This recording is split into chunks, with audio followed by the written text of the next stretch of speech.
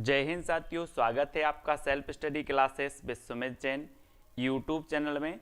दोस्तों आज का वीडियो स्टार्ट हो चुका है, तो सभी लोग वीडियो को लाइक करेंगे और सभी को शेयर भी करना है, ठीक है। हिंदी की हमारी रोज कक्षा होती है दोस्तों रात्रि 9 बजे और सुबह 9:30 बजे। तो ठीक है, सभी लोग हिंदी की कक्षा में रोज़ आते हैं और रोज़ हम हिंदी का अध्ययन करते हैं। सुबह हम दोस्तों ट्रिकी वीडियो का अध्ययन करते हैं। ट्रिकी वीडियो आता है मतलब ट्रिक से कुछ महत्वपूर्ण प्रश्नों पर हम चर्चा करते हैं, ठीक है। और रात में हम 9:30 बजे टेस्ट सीरीज करते हैं और भी अध्ययन कर लेते हैं। तो सभी लोगों को वीडियो को लाइक करना है, शेयर करना है। जिन भी साथियों ने अभी तक सब्सक्राइब नहीं किया है वो चैनल को सब्सक्राइब कर लें, ठीक है। और सब्सक्राइब करके दोस्तों ऑल पर जरूर क्लिक करना है, जिससे ऑल वीडियो की इन्फॉर्मेशन आप तक पहुंचेगी, ठीक है। तो स्टार्ट करने वाले हैं आज का ये वीडियो। आपको बताना है उत्तर भक्तमाल की रचयिता कौन है। दोस्तों आपने भक्तमाल पढ़ी, भक्तमाल हमने पढ़ी नाभादास जी की, ठीक है। नाभादास जी की हमने भक्तमाल पढ़ी और आपको पता है कि उत्तर भक्तमाल ये किसकी है। उत्तर भक्तमाल बताना है ये किसकी रचना है। ग्रियर्सन साहब की है, रामचंद्र शुक्ल की, रामकुमार वर्मा या फिर भारतेंदु की। और दोस्तों जो भी साथी बुक खरीदना चाहते हैं हिंदी साहित्य की, वो विवेक शंकर जी की बुक खरीद सकते हैं, हिंदी साहित्य की विवेक शंकर जी की, ठीक है। और विवेक शंकर की जो बुक है उसकी लिंक मैंने आपको दी है नीचे, और साथ ही व्हाट्सअप नंबर भी दिया है, तो उस व्हाट्सअप नंबर से कांटेक्ट कर सकते हो। और विवेक शंकर जी की जो बुक है ये ऑथेंटिक बुक है, प्रमाणिक बुक है राजस्थान हिंदी अकादमी द्वारा, ठीक है। तो ये हिंदी साहित्य के लिए नेट एग्जाम के लिए बुक खरीद सकते हो। उत्तर भक्तमाल के रचनाकार बताना है यहाँ पर, और आपका बिल्कुल सही आंसर होगा भारतेंदु। भारतेंदु यानी कि आपका जो डी नंबर है ये उत्तर भक्तमाल भारतेंदु जी की है, और भक्तमाल किसकी है, नाभादास जी की, ठीक है। तो याद रखना है तदीय समाज की स्थापना किसने की या फिर इसके संस्थापक कौन थे। प्रश्न क्रमांक 232 का उत्तर बताना है।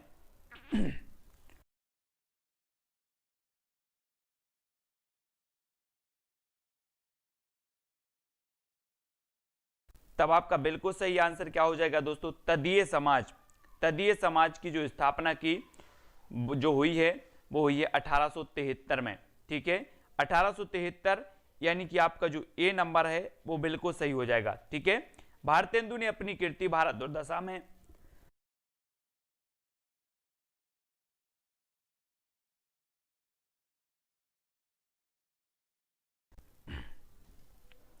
देसी राजाओं को क्या कहा है, रास, रासब, रासो या फिर रसा। तो आपको पता है दोस्तों भारतेंदु ने अपनी कृति में क्या कहा है, रासब। रासब यानी कि जो बी नंबर है वो बिल्कुल सही हो जाएगा, ठीक है। भारत दुर्दशा में देसी राजाओं को रासब कहा है किसने, भारतेंदु जी ने, और बी नंबर आपका बिल्कुल सही होगा, रासब, है ना। ये क्वेश्चन कई बार पूछा गया है दोस्तों कि भारत दुर्दशा, ये भारत दुर्दशा भारतेंदु जी की है। यहां भी कई लोग कंफ्यूज होते हैं। भारत दुर्दशा के रचनाकार कौन है, भारतेंदु जी हैं, जबकि भारत भारती मैथिली शरण गुप्त की रचना है। भारत भारती किसकी है, मैथिली शरण गुप्त की, और भारत दुर्दशा किसकी है, भारतेंदु जी की। ये दो रचनाएं याद रखना। और भारत दुर्दशा में भारतेंदु जी ने जो देसी राजाओं को कहा है वो रासब कहा है। रासब मतलब होता है गधा, है ना। तो ये चीज भी रासब मतलब भी पूछ लिया जाता है कभी कभी। अगला है भारतेंदु कृत दशरथ विलाप कविता किस भाषा में है दोस्तों। दशरथ विलाप ये कविता बतानी है खड़ी बोली में, ब्रज भाषा में, हिंदुस्तानी या फिर इनमें से कोई नहीं। दशरथ विलाप ये 4 विकल्प हैं, ये किस भाषा में है, और ये भारतेंदु कृत है, सबसे बड़ी बात तो। और ये भारतेंदु कृत है तो ये किस में है, खड़ी बोली। खड़ी बोली यानी कि आपको पता होगा कि आधुनिक काल में जो ब्रज भाषा थी उसका प्रयोग कम हो रहा था। ब्रज भाषा का अधिकतम जो स्थान है वो किसने ले लिया था, ब्रज खड़ी बोली ने, है ना। तो ये भारतेंदु जी ने जो दशरथ विलाप की रचना की है वो खड़ी बोली में की है, यानी कि आपका जो ए नंबर है वो बिल्कुल सही हो जाएगा, ठीक है। मन की लहर कविता के रचनाकार कौन है, बहुत ही बढ़िया प्रश्न है दोस्तों। मन की लहर 4 विकल्प हैं, 4 में से आपको बताना है प्रताप नारायण मिश्र, भारतेंदु मंडल, भारतेंदु, बालकृष्ण भट्ट, ये तीनों ही कवि और बालमुकुंद गुप्त, है ना। बालमुकुंद गुप्त द्विवेदी और भारतेंदु युग के बीच की कड़ी के माने जाते हैं, लेकिन इनको मंडल में रखा जाता है, भारतेंदु मंडल को, है ना, बालमुकुंद गुप्त को। तो ये सारे भारतेंदु मंडल के कवि हैं। और मन की लहर जो रचना है वो प्रताप नारायण मिश्र की है। किसकी है? प्रताप नारायण मिश्र की।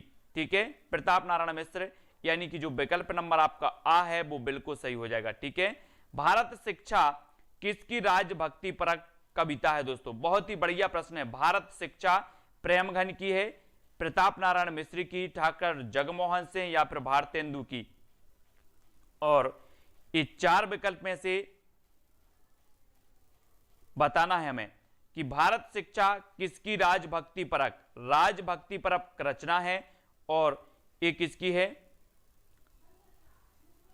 भारत शिक्षा ये दोस्तों भारतेंदु जी की है, ये राजभक्ति परक है, और ये भी भारतेंदु, यानी कि जो डी नंबर है वो भारतेंदु जी बिल्कुल सही हो जाएगा। ठीक है, डी नंबर आपका बिल्कुल सही होगा। अगला क्वेश्चन आपको बताना है, नागरी प्रचारिणी सभा काशी की स्थापना कब हुई? नागरी प्रचारिणी सभा काशी की स्थापना, बहुत ही बढ़िया प्रश्न है दोस्तों। नागरी प्रचारिणी सभा काशी, यानी कि 37 का आंसर बताना है, और 1993 में, 1999, 1800 में या फिर 1894 में कब हुई नागरी प्रचारिणी सभा की स्थापना? और आपको पता है दोस्तों कि जो ये स्थापना हुई है वो हुई 1893। बहुत ही बढ़िया प्रश्न है, कई बार पूछा गया। नागरी प्रचारिणी सभा की स्थापना 1893, यानी कि जो आ नंबर है वो आपका बिल्कुल सही हो जाएगा। मधुराज जी, यस जी। अगला है, इंडियन प्रेस प्रयाग द्वारा जून 1900 ईस्वी में किस पत्रिका का प्रकाशन हुआ था?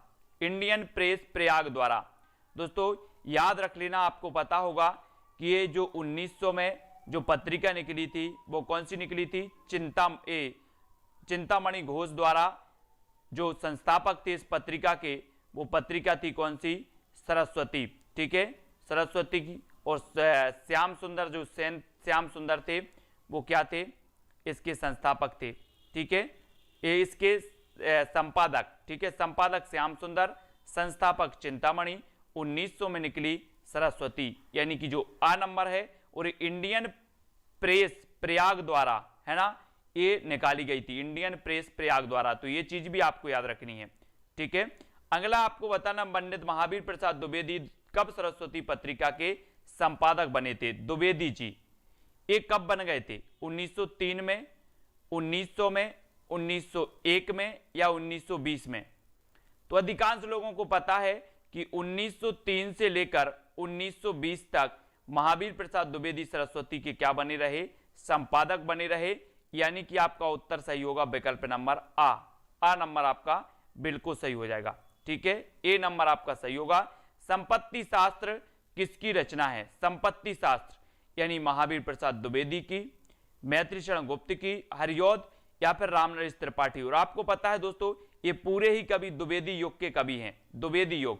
और मैंने दोस्तों आज रीतिकाल की जितनी रचनाएं थी, रीतिकाल की, वो रीतिकाल की रचनाएं जो महत्वपूर्ण थी, टॉप 20 रचनाओं को मैंने आपको पढ़ाया है। ठीक है, और जितने भी ये तिरंगा इमोजी वाले दिख रहे हैं ये ज्वाइन मेंबर हैं चैनल के, आप भी ज्वाइन मेंबर बन सकते हैं। और संपत्ति शास्त्र किसकी रचना है? तो ये महावीर प्रसाद द्विवेदी, यानी कि आपका जो उत्तर है वो आ नंबर है। ठीक है, संपत्ति शास्त्र के रचनाकार हैं महावीर प्रसाद द्विवेदी। ठीक है, नेक्स्ट है, किसे भारतेंदु युग और द्विवेदी युग को जोड़ने वाली कड़ी का कवि कहा जाता है? बहुत ही बढ़िया प्रश्न है, किसे कहा जाता है? 4 विकल्प हैं। जब तक मैं आपको बता दूं दोस्तों कि आप ज्वाइन मेंबर अगर बनना चाहते हैं तो ज्वाइन मेंबर के लिए सिल्वर प्लान है आपका 59 रुपए पे करना है, और गोल्ड प्लान है आपका 159, और आपका डायमंड प्लान है दोस्तों 299। ठीक है, अब आप एटीएम से इस पेमेंट को कर सकते हो। कैसे कर सकते हो कि जो एटीएम आपका होता है, एटीएम में जहां आपको नंबर बोलता है तो 16 डिजिट का जो नंबर है वो आपको डालना है, 16 डिजिट का नंबर। ठीक है, फिर आपको डेट, जो आपकी एटीएम की एक्सपायरी डेट होती है वो डेट डालनी होती है ना। फिर दोस्तों आप एटीएम पलट कर देख के सफेद उसमें आपको नंबर दिखेंगे, और उस नंबर के आपको जो है लास्ट के 3 अंक डालने होते सीसीवी नंबर में। CCV नंबर में लास्ट के 3 नंबर ATM पलटकर आप देखेंगे तो। और आपको पता है कि जो बाल मुकुंद गुप्त हैं ये भारतेंदु युग को और द्विवेदी युग के क्या माने जाते हैं, बीच की कड़ी के कवि माने जाते हैं। और किसने श्रीधर पाठक को स्वच्छंदतावाद का प्रवर्तक माना, तो किसने माना, रामचंद्र शुक्ल जी ने, भारतेंदु जी ने, महावीर प्रसाद द्विवेदी या फिर रामविलास शर्मा ने। तो आपका बिल्कुल सही आंसर क्या होगा, किसने श्रीधर पाठक को स्वच्छंदतावाद का प्रवर्तक माना है। ये 4 विकल्प हैं। बहुत सारे लोगों से यही आ रहा है कि सर हमसे बन नहीं रहा है, तो आप एक बार YouTube में देख लें कि ATM से पेमेंट कैसे करें, ATM से पेमेंट कैसे करें। अगर आपसे नहीं बन रहा है तो आप ATM से भी कर सकते हो और ज्वाइन मेंबर बनकर चैनल को सपोर्ट कर सकते हो, ठीक है। और श्रीधर पाठक को स्वच्छंदतावाद का जो प्रवर्तक माना है वो किसने माना है, तो वो माना रामचंद्र शुक्ल ने। ये स्वच्छंदतावाद के प्रवर्तक थे दोस्तों। और ये नंबर आपका बिल्कुल सही हो जाएगा यहाँ पर, ये नंबर दीप प्रकाश राय जी, ये नंबर बिल्कुल सही है। नेक्स्ट है आपका अमरकांत प्रेमचंद के किस उपन्यास का पात्र है। अमरकांत बहुत ही बढ़िया प्रश्न है दोस्तों। एक पूछा जाता है कि सूरदास किस उपन्यास का पात्र है, तो आप बता देते हो रंगभूमि का सूरदास।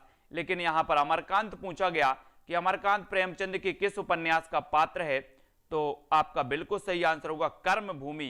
कर्मभूमि यानी कि बी नंबर आपका सही होगा। सेवा सदन है ना, कर्मभूमि, गबन गोदान, निर्मला, ये सारे के सारे जो उपन्यास हैं वो प्रेमचंद जी के हैं। और सूरदास जी रंगभूमि के, अमरकांत जो है वो कर्मभूमि के, है ना। तो याद रखना, कर्म करते करते हमें क्या होना है, अमर हो जाना है। अमर, कर्म करते करते अमर हो जाना है, तो अमरकांत। और कुतुबन की रचना कौन सी है, कुतुबन, कुतुबन की बताना है दोस्तों। कल भक्ति काल की टॉप 20 रचनाएं आएंगी सुबह 9:30 बजे। कल सुबह 9:30 बजे भक्ति काल की टॉप 20 रचनाएं आएंगी जिनको हम ट्रिक से याद करेंगे, है ना। आज हमने रीति काल की टॉप 20 रचनाएं पढ़ी जो आपके एग्जाम में पूछी जाती हैं, और कल भक्ति काल की आएंगी और परसों आदिकाल की। तो इस प्रकार से कुतुबन की रचना है मृगावती, उस्मान की रचना है चित्रावली, मंझन की रचना है कौन सी, मंझन की रचना मधुमालती, ठीक है। तो आप ये चीज याद रखनी है। और कुतुबन, ये मृगावती इनकी रचना है ना। और मृगावती को शुक्ल ने सूफी काव्यधारा की प्रथम रचना भी माना है, ठीक है। और अगला क्वेश्चन है, प्रगतिशील लेखक संघ के प्रथम अधिवेशन के अध्यक्ष कौन थे। बहुत ही बढ़िया है दोस्तों, ये प्रगतिशील लेखक संघ की स्थापना हुई थी लखनऊ में, है ना। और सबसे पहले जो अध्यक्ष बने थे वो कौन बने थे, प्रगतिशील लेखक संघ के कौन बने थे, प्रेमचंद। प्रेमचंद यानी कि आपका उत्तर बी नंबर बिल्कुल सही हो जाता है, बी नंबर, ठीक है। मधुराज जी बी नंबर बिल्कुल सही है। अगला है द्विवेदी युग का कवि नहीं है तो कौन नहीं है, मंजूबाला जी, कौन नहीं है द्विवेदी युग का कवि। श्रीधर पाठक हैं, रामनरेश त्रिपाठी हैं, वियोगी हरि हैं या फिर अंबिका दत्त व्यास, कौन नहीं है द्विवेदी युग के कवि। सहस्रा जी, क्या हो जाएगा 246 का आंसर। और 246 का आपका जो सबसे सही आंसर होगा वो होगा अंबिका दत्त व्यास। अंबिका दत्त व्यास जो हैं ये भारतेंदु युग के कवि थे, है ना, भारतेंदु युग के कवि थे, इसलिए सी नंबर आपका बिल्कुल सही हो जाता है। श्रीधर पाठक द्विवेदी युग के हैं, रामनरेश त्रिपाठी हैं, वियोगी हरि हैं, और अंबिका दत्त व्यास ये भारतेंदु युग के हैं। ये आपको याद रखना है, ठीक है। अगले क्वेश्चन की ओर बढ़ते हैं। अयोध्या से उपाध्याय हरियोध की प्रथम रचना कौन सी है। ये तो कई बार पूछी गई है दोस्तों, अयोध्या से उपाध्याय हरियोध की प्रथम रचना कौन सी है।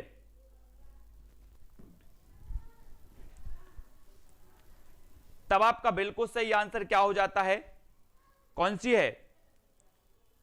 प्रश्न क्रमांक 247 का अयोध्या से उपाध्याय हरियोध की प्रथम रचना हमें बतानी है। रसकलश है, कृष्ण शतक है, वैदेही वनवास है या फिर प्रिय प्रवास है। तो आपका बिल्कुल सही आंसर हो जाता है, क्या हो जाता है 247 का कृष्ण शतक। कृष्ण शतक यानी कि जो बी नंबर है वो बिल्कुल सही होगा। ये अयोध्या से उपाध्याय हरियोध की कृष्ण शतक प्रथम रचना है, रसकलश इनकी रचना है, वैदेही वनवास भी इनकी रचना है, प्रिय प्रवास इनका महाकाव्य है जो कि खड़ी बोली का प्रथम महाकाव्य है, ठीक है। ये चीज याद रखनी है। और किसने प्रिय प्रवास को महाकाव्य नहीं माना? बहुत ही बढ़िया प्रश्न है दोस्तों यहां पर संतराम जी। किसने प्रिय प्रवास को महाकाव्य नहीं माना? राधा कृष्ण दास ने, रामचंद्र शुक्ल ने, महावीर प्रसाद द्विवेदी या फिर भारतेंदु ने? किसने नहीं माना? दोस्तों आपको पता होगा कि जो प्रिय प्रवास है ये खड़ी बोली का प्रथम महाकाव्य है, लेकिन रामचंद्र शुक्ल ने इसे महाकाव्य नहीं माना, यानी कि जो बी नंबर है वो आपका बिल्कुल सही होगा। ठीक है, रामचंद्र शुक्ल ने इसे महाकाव्य नहीं माना और बी नंबर आपका बिल्कुल सही हो जाता है। ठीक है, नेक्स्ट है आपका मैत्री शरण गुप्त की प्रथम काव्य ग्रंथ कौन सा है? बहुत ही बढ़िया है, राष्ट्र कवि हैं और मैं आपको हमेशा बताता हूं कि इनका उपनाम क्या है? मधोप, मधोप और दद्दा। ठीक है, दद्दा ये राष्ट्र कवि थे मैत्री शरण गुप्त जी। भारत भारती इनकी श्रेष्ठ रचना मानी जाती है और यशोधरा इनका खंड काव्य है, साकेत इनका महाकाव्य है और इनकी प्रथम जो काव्य ग्रंथ है वो कौन सा है? रंग में भंग। रंग में भंग यानी कि जो आपका ए नंबर है वो सही हो जाएगा।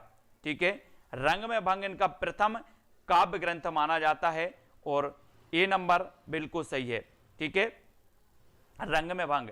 नेक्स्ट आपसे पूछा जाता है कि भक्ति काल और रीति काल का समन्वय कवि किसे कहा जाता है? अभी हमने पढ़ा था दोस्तों भारतेंदु युग और द्विवेदी युग का समन्वयक कवि यानी कि बीच की कड़ी का जो कवि कहा गया वो कहा बालमुकुंद गुप्त को, लेकिन यहां पर भक्ति काल और रीति काल का समन्वयक कवि पूछा गया तो आपका जो उत्तर होगा वो प्रतीक्षा में क्या होगा? सही उत्तर, उत्तर होगा प्रश्न क्रमांक 250 का, वो होगा दोस्तों कौन सा? जगन्नाथ दास रत्नाकर। जगन्नाथ दास रत्नाकर यानी कि जो ए नंबर है वो बिल्कुल सही होगा। इन्हें रीतिकाल और भक्ति काल का समन्वयक कवि कहा जाता है, रत्नाकर जी को। ठीक है, ए नंबर बिल्कुल सही है। और गया प्रसाद शुक्ल स्नेही का उपनाम क्या है? गया प्रसाद शुक्ल स्नेही, रसा, जकी, वैद्यनाथ या फिर त्रिशूल? बहुत ही बढ़िया प्रश्न है, कई बार पूछा गया दोस्तों, है ना। और जकी उपनाम से जगन्नाथ दास रत्नाकर लिखते हैं, वैद्यनाथ ये नागार्जुन का नाम है और त्रिशूल ये दोस्तों किसका है? ज्ञा प्रसाद शुक्ल स्नेही। ज्ञा प्रसाद शुक्ल स्नेही यानी कि आपका जो डी नंबर है, दा नंबर है वो बिल्कुल सही हो जाएगा। ठीक है, गया प्रसाद शुक्ल स्नेही का उपनाम क्या है? त्रिशूल, त्रिशूल। और नेक्स्ट है छायावाद शब्द का सर्वप्रथम प्रयोग किसने किया? मुकुटधर पांडे ने, रामचंद्र शुक्ल ने, रामकुमार वर्मा या फिर जयशंकर प्रसाद?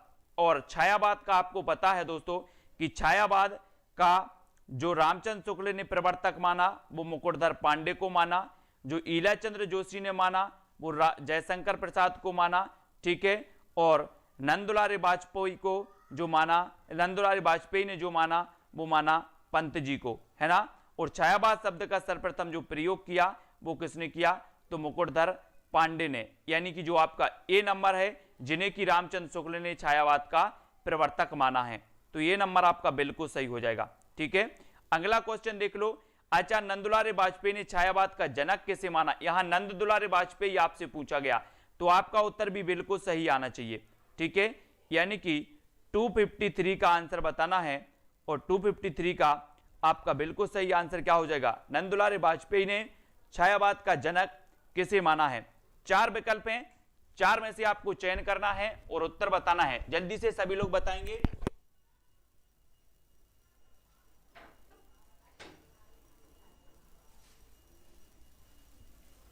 उत्तर आपका क्या हो जाएगा दोस्तों? नंदुलारे वाजपेयी ने छायावाद का जो जनक माना है वो माना है किसे? पंत जी। पंत यानी कि जो आपका ए नंबर है वो बिल्कुल सही हो जाएगा। ठीक है, अगला आपको बताना है सुमित्रानंदन पंत जो है ये आपका सही होगा। छायावाद को चित्र भाषा शैली किसने कहा है? छायावाद को चित्र भाषा शैली आचार्य शुक्ल ने, रामकुमार वर्मा ने, नंदुलारे वाजपेयी या फिर प्रसाद ने? तो छायावाद को बहुत ही बढ़िया प्रश्न है दोस्तों। चित्र भाषा शैली कहने वाले जो विद्वान हैं वो कौन है? आचार्य शुक्ल। आचार्य शुक्ल यानी कि जो आपका आ नंबर है वो सही हो जाएगा। ठीक है, छायावाद को चित्र भाषा शैली किसने कहा है? शुक्ल जी ने। ए नंबर सही है। नेक्स्ट है गीति काव्य नहीं है तो कौन सा नहीं है? कानन कुसुम नहीं है, झरना नहीं है, आंसू नहीं है या फिर लहर नहीं है। अब ये चारों रचनाएं दी हैं दोस्तों, कानन कुसुम, झरना, आंसू और लहर, ये चारों ही रचनाएं किसकी हैं? जयशंकर प्रसाद जी की हैं। और यहां पर आपसे पूछा गया कि गीति काव्य नहीं है, तो नहीं है कौन? आंसू। आंसू यानी कि जो आपका सी नंबर है वो सही हो जाएगा। ठीक है, आंसू ये गीति काव्य नहीं माना जाता, सी नंबर आपका बिल्कुल सही है। उर्वशी, उर्वशी के रचनाकार कौन है दोस्तों? चार विकल्प हैं और आपको पता है कि एक उर्वशी किसकी है? दिनकर जी की रचना भी है, काव्य रचना भी है, और उर्वशी एक रचना किसकी है? यहां में चार विकल्प हैं, चार में से उत्तर आपको चयन करना है। और उर्वशी के जो रचनाकार हैं वो जो हमने मिलती जुलती रचनाएं आपको बताई थी जब अपन ने पढ़ा था कि उर्वशी दिनकर जी की भी है और जयशंकर प्रसाद जी की भी है ना? तो आपका जो ए नंबर है वो बिल्कुल सही है। ठीक है, जयशंकर प्रसाद की रचना भी उर्वशी है और दिनकर जी की भी रचना उर्वशी है। ठीक है, और उर्वशी के लिए ज्ञानपीठ पुरस्कार भी मिला है। कब मिला है? कमेंट में जल्दी से आप ही को बताना है। ठीक है, तो उर्वशी को समझ लेना। और कामायनी का प्रथम सर्ग कौन सा है? कामायनी का आनंद, चिंता, श्रद्धा या फिर काम। कामायनी दोस्तों आपको पता है कि ये 1935 में प्रकाशित हुआ था और ये जयशंकर प्रसाद जी का महाकाव्य है। 15 सर्ग इसमें हैं और कभी कभी पूछा जाता है निम्न में से बताइए चिंता और ईड़ा, चिंता, आनंद और ईड़ा किस रचना के जो हैं खंड हैं या किस रचना के सर्ग हैं? तो आपको पता होनी चाहिए चिंता, आनंद, है ना, और जो है ईड़ा, ये सर्ग हैं कामायनी के। चिंता होता है चिंता, यानी कि जो आ नंबर है चिंता बिल्कुल सही हो जाएगा। ठीक है, ये प्रथम सर्ग माना जाता है चिंता। ठीक है, तो ये नंबर आपका बिल्कुल सही हो जाएगा। कौन छायावाद का कवि है दोस्तों? कवि बताना छायावाद का। जयशंकर प्रसाद हैं, मुकुटधर पांडे हैं, सूर्यकांत त्रिपाठी निराला हैं या फिर सभी हैं? तो आपका बिल्कुल सही आंसर होगा कि छायावाद का जो कवि है वो कौन है? चार विकल्प आपका सही आंसर हो जाएगा कि देखो मुकुटधर पांडे भी हैं, जयशंकर प्रसाद भी हैं, सूर्यकांत त्रिपाठी निराला भी हैं, यानी कि आपका उत्तर डी नंबर बिल्कुल सही हो जाएगा। ठीक है, दीप प्रकाश जी चिंता, ईड़ा, काम, वासना, श्रद्धा ये सभी कामायनी के हैं। ठीक है, कामायनी को रहस्यवाद का पहला महाकाव्य किसने माना? कामायनी महाकाव्य को रहस्यवाद का पहला महाकाव्य मानने वाले जो विद्वान हैं वो कौन है? निराला जी हैं, पंत जी हैं, वाजपेयी हैं या इनमें से कोई नहीं है?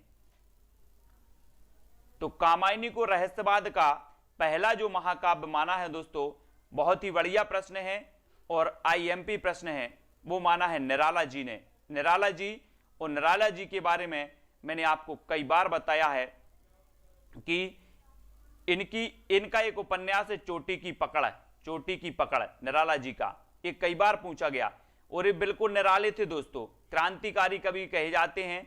तोड़ती पत्थर इनकी यथार्थवादी रचना है, जूही की कली इनकी छंद मुक्त रचना है ना, सरोज स्मृति इनकी संसार का शोक गीत है ना।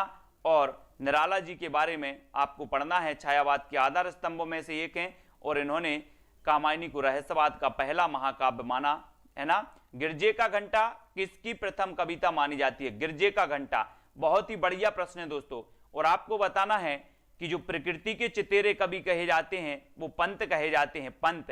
नंद दुलारे वाजपेयी ने जो छायावाद का प्रवर्तक माना वो पंत को माना। ठीक है, पंत ने अपनी युगांत नामक रचना से छायावाद के अंत का जो है अंत की घोषणा की। ठीक है, और ठीक है, ये चीज भी आपको याद रखनी है। और गिरजे का घंटा ये किसकी है? तो ये पंत जी की है। पंत यानी कि जो आपका ए नंबर है वो बिल्कुल सही हो जाएगा, पंत जी की रचना मानी जाती है गिरजे का घंटा। ठीक है, नेक्स्ट है किस काव्य ग्रंथ ने पंत जी को छायावादी कवि के रूप में प्रतिष्ठित किया? बहुत ही बढ़िया प्रश्न है दोस्तों।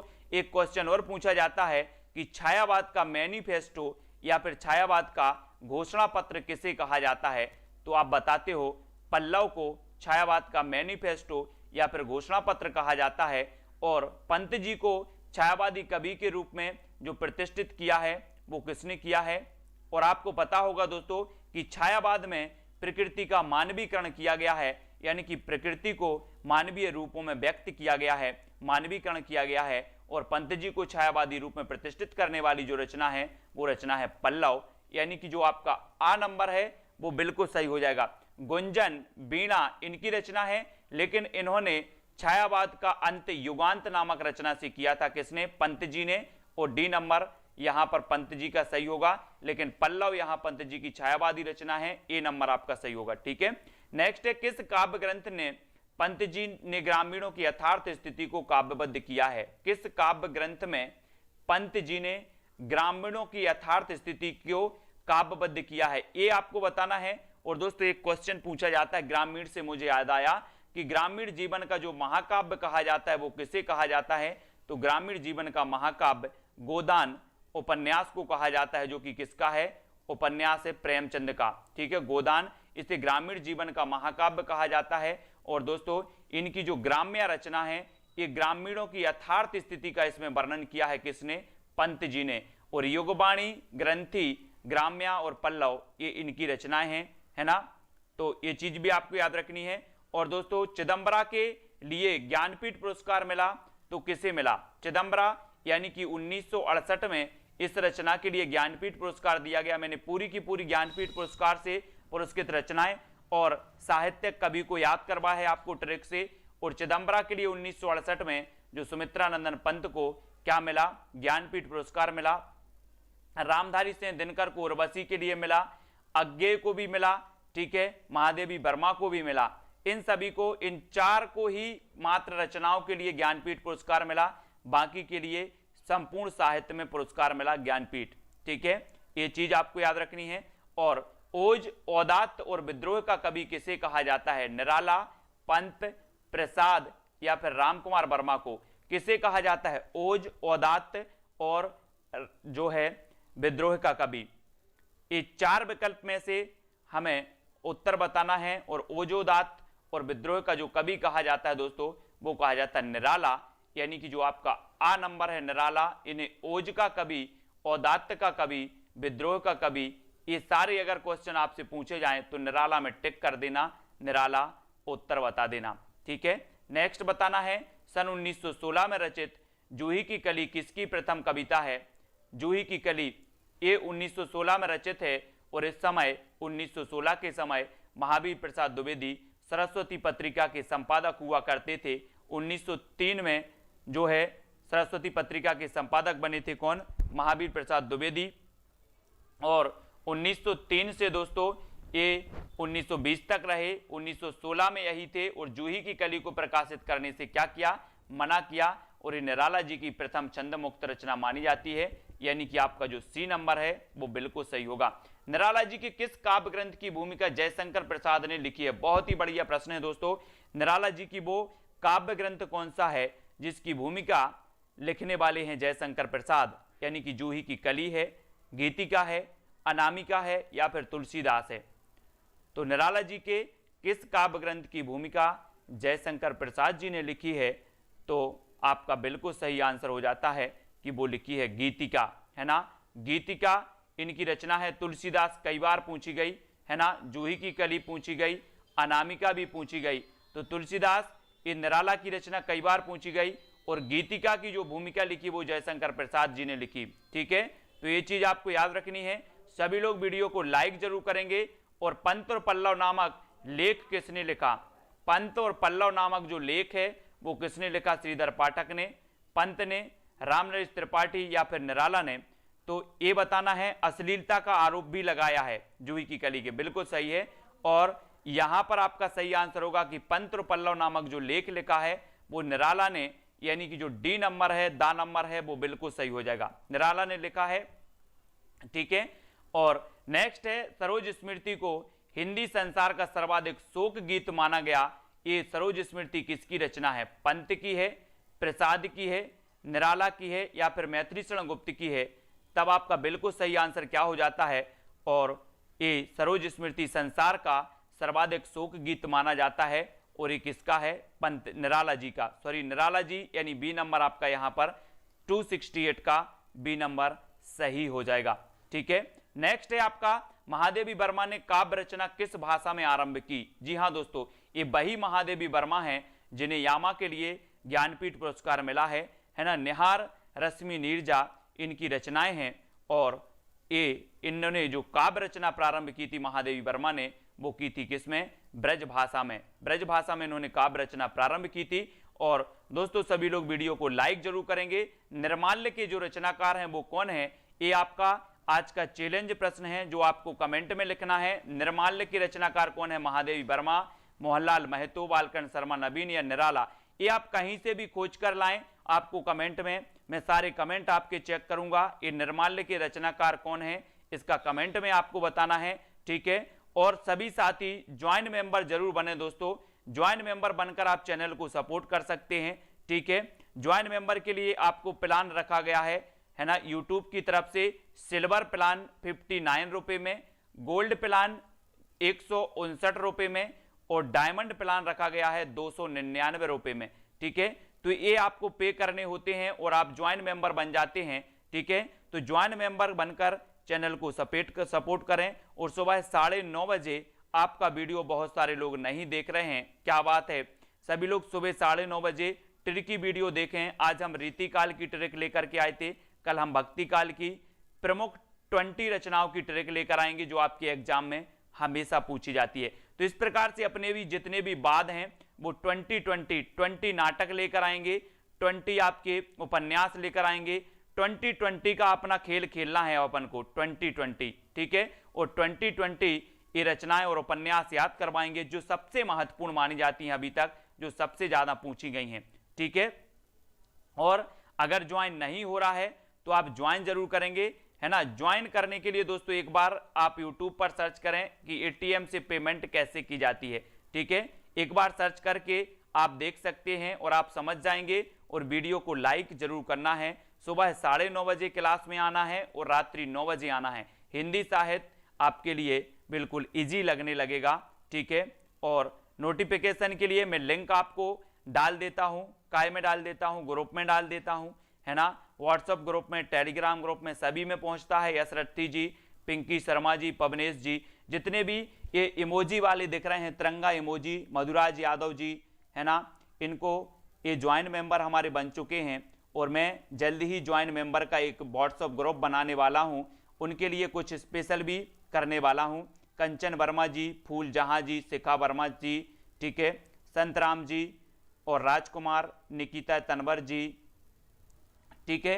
और नोटिफिकेशन नहीं मिलता यशवंत जी, नोटिफिकेशन को लाओ, मिलेगा। पर पार्वती जी, अशोक जी, है ना, टाइम भी याद करवाएंगे, है ना। पिंकी शर्मा जी, मेरे पास पुस्तक आ जाने तो विवेक शंकर जी की, उसके बाद में टाइम भी आपका याद करवा दूंगा। मधुराज जी, है ना, दारसू जी, फतेह सिंह जी, सभी लोग वीडियो को लाइक और शेयर अवश्य किया करें। राज सैनी, अंकुर जी, है ना। और जो निर्माल लाभ से पूछा गया है वो तो आपको बताना ही है, कमेंट में लिखना है उस रचना का, है ना। और विवेक शंकर जी की जो बुक खरीदना चाहते हैं, हिंदी साहित्य, net exam, PGT exam, RPSC exam के लिए बहुत ही महत्वपूर्ण है, अच्छी बुक है। ठीक है, तो आप नीचे मैंने डिस्क्रिप्शन में उसकी लिंक भी दे दी है, व्हाट्सएप नंबर भी दे दिया है, आप संपर्क कर सकते हैं और वो बुक खरीद सकते हैं। ठीक है, तो वीडियो को लाइक और शेयर अवश्य करें, है ना। मंजू बाला जी, ठीक है। तो आज के वीडियो के लिए साथियों इतना ही। जय हिंद।